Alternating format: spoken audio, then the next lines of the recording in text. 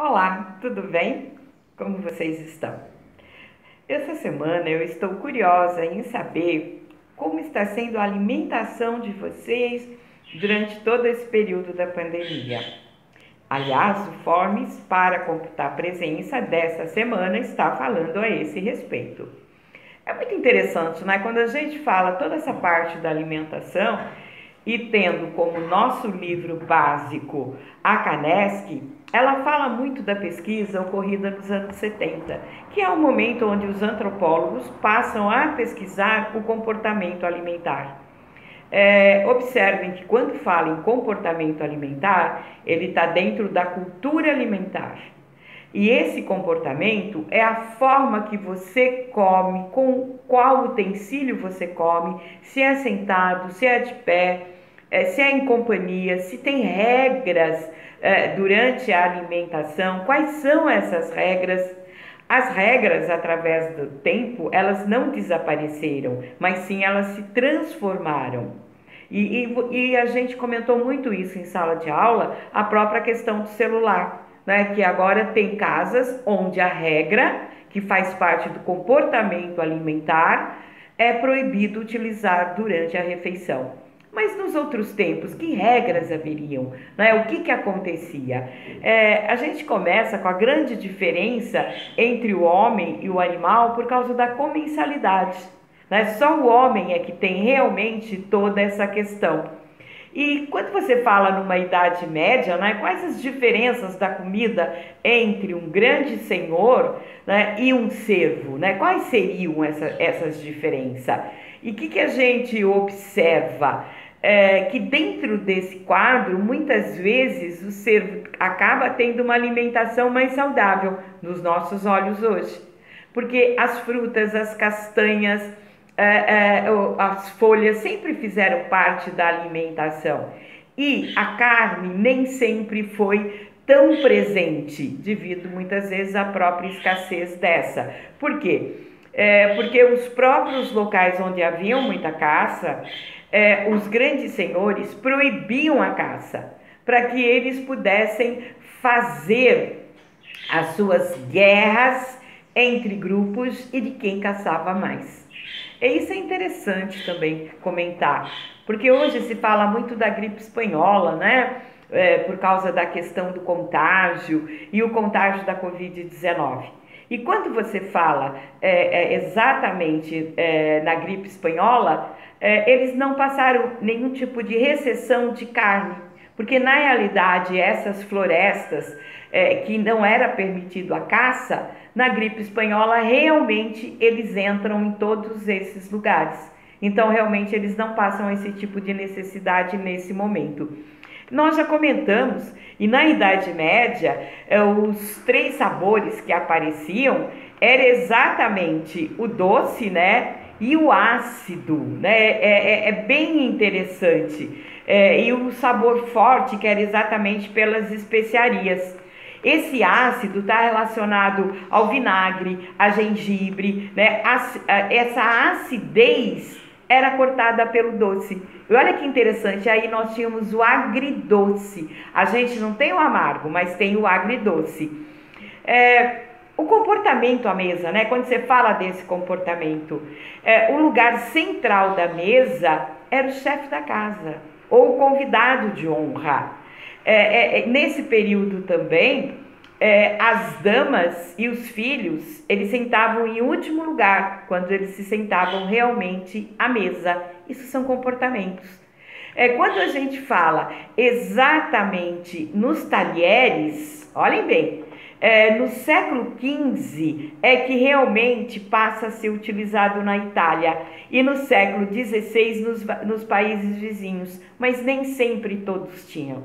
Então, na própria colônia também se comia com a mão. Os povos, considerados os mais pobres, eles faziam de 4 a 5 refeições por dia. Senhores da elite faziam 2 refeições. Crianças, velhos, mulheres faziam de 3 a 4 refeições. Olhem bem essa questão e lembrem bem daquela questão daquilo que eles consideravam mais forte, como que era a alimentação dessas pessoas. E o horário do almoço? Qual era o horário do almoço? 9 horas da manhã, 10 horas da manhã. E na pandemia, que horário que você está almoçando? Você mudou os seus horários de almoço? Você mudou a sua alimentação? E o jantar era entre 12 e 13 horas e a ceia ao cair da noite. Olha bem essas questões de diferença totalmente de horário. Seus horários mudaram nesse momento todo? E no Brasil colonial, né? Quais são as grandes diferenças? Brasil colonial, nós vamos chamá-lo a partir do século XVI. Nós vamos chamá-los no século XVII, no século XVIII. Havia o quê? Havia o engenho e uma economia de subsistência. É interessante que as pessoas que moravam no engenho, elas tinham uma boa comida, porque elas plantavam mandioca, que já era uma prática do indígena, elas usavam o pilão, uma prática do indígena, o milho, o feijão e as próprias hortaliças. A carne de caça eram as carnes que eles mais utilizavam, principalmente passarinhos. No Brasil colonial ainda, essa falta de talheres era muito compatível com as casas, inclusive das pessoas mais ricas. Mas as baixelas, eles tinham muitas baixelas e muita roupa de cama, de mesa muito bonita. Mas os próprios talheres, quando surgem aqui, eles eram de estanho. Os primeiros que vêm são os garfos. Depois é que você vai ter a faca. A faca é o último que vai entrar. Interessante, né? As esteiras que a gente usa tanto na praia, elas já eram utilizadas pelos indígenas. E no Brasil colonial, no Brasil império, se utiliza muito a esteira próximo da mesa para se comer, principalmente mulheres e crianças. As mesas, no primeiro instante, eram baixas as mesas. Só depois é que realmente nós vamos ter a burguesia e as mesas altas. Café. Você toma muito café? Você sabe o que é o café pilado? O café que é feito no pilão? Você sabe o que é um pilão? Você já viu um pilão? Tanto os indígenas como os afros sabiam muito bem utilizar o pilão. Mas na realidade os portugueses não perceberam. E o pilão, ele dá outro sabor para a farinha. É ele que é responsável pela paçoca, mas na realidade não teve. O próprio xerém para o cuscuz, que é uma massa que vem do próprio milho, também era feita no pilão. As louças que eram utilizadas eram de barro. Todo o engenho, ele tinha realmente um forno. Tá? E a porcelana que passa a vir para cá, ela vem exatamente da Índia, a partir do século XVII.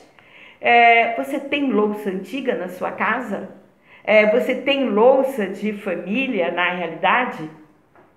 E nesse momento, você comeu angu? Você sabe o que é angu? Você comeu muita farinha de mandioca? Você sabe que farinha com água é um tipo de comida? Assim como a farinha com feijão e carne, ele é um prato saboroso e muito utilizado dentro do Brasil. Quais são os pratos típicos da sua família, da região, dos países da onde vieram?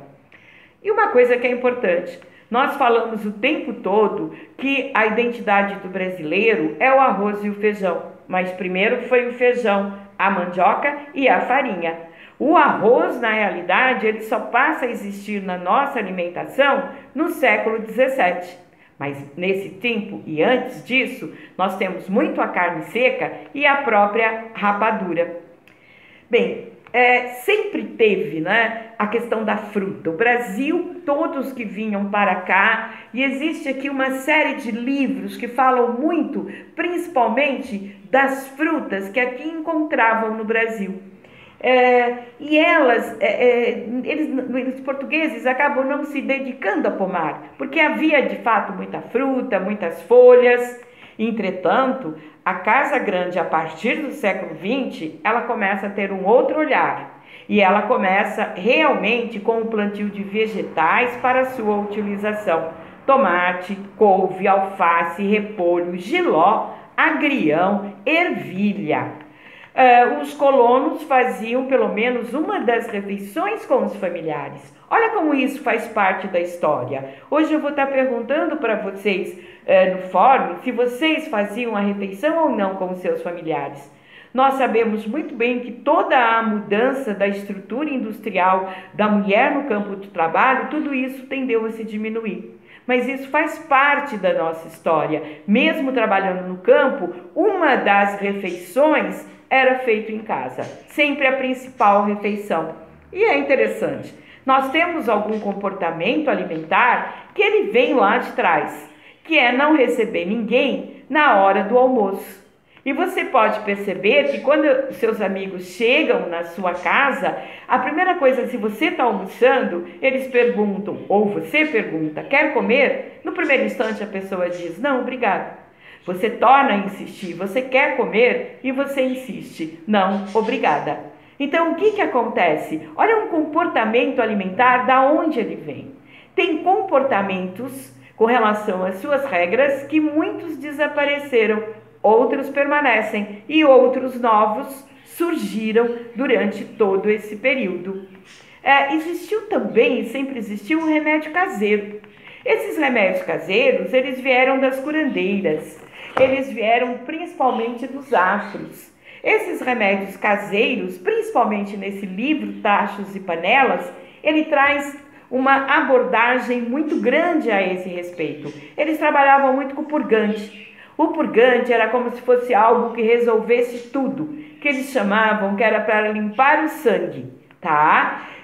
Eles trabalhavam também muito com a canja de galinha. A canja de galinha era, assim, muito importante para as pessoas doentes e principalmente para a mulher que estava grávida ou amamentando. E eles tinham diferença entre frango e galinha.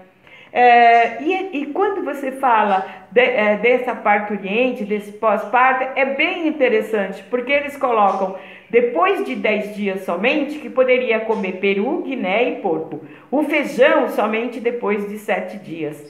Caça nenhuma, só rolinha. Peixe nenhum, só tainha. Ovos, ostras, totalmente proibido. Alho eles não podiam porque transmite o gosto ao leite do peito.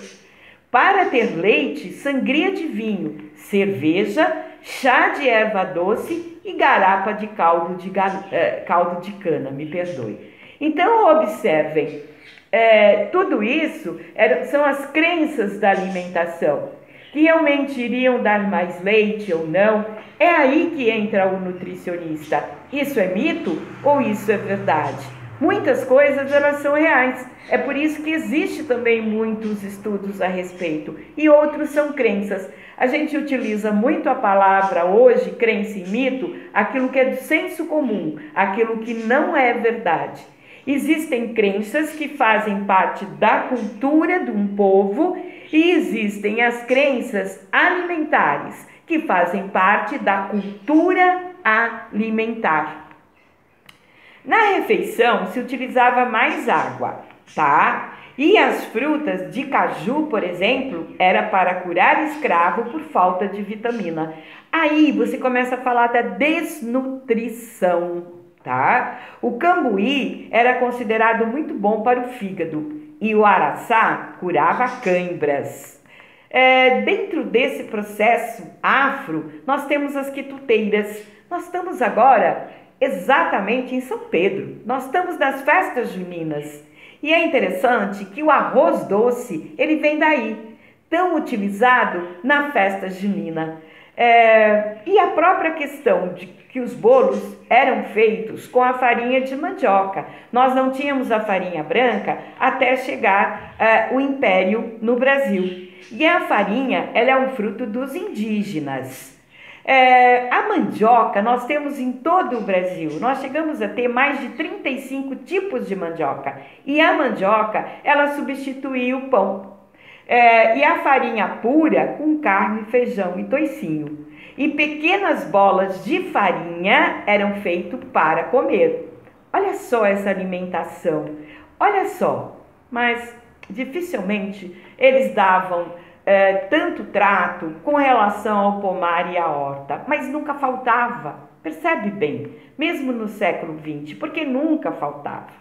A mesa burguesa vai ser diferente, ela tem muita louça de fora. Agora, junto com a louça de fora, é interessante lembrar que tomava café em cuia.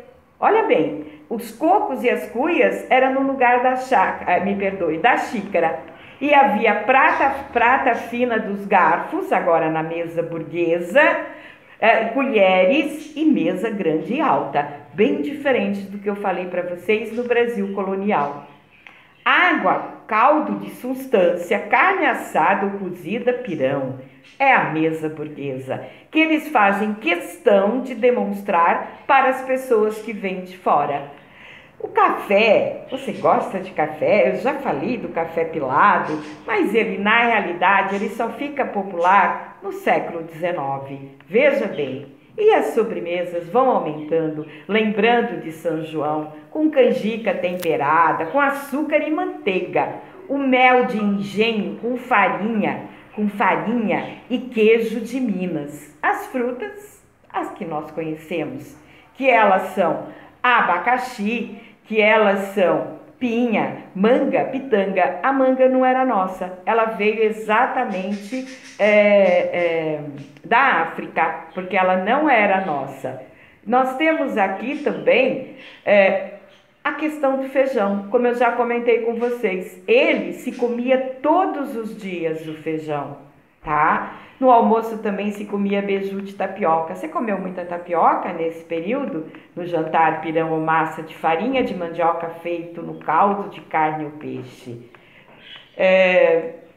Dentro dessa questão toda, nós temos o quê? Sempre muito camarão, marisco, nos grandes sobrados. E nós temos o bacalhau com comida de pobre, como acontece na quaresma até os dias de hoje. E na tecnologia, quem comia devagar eram os baianos.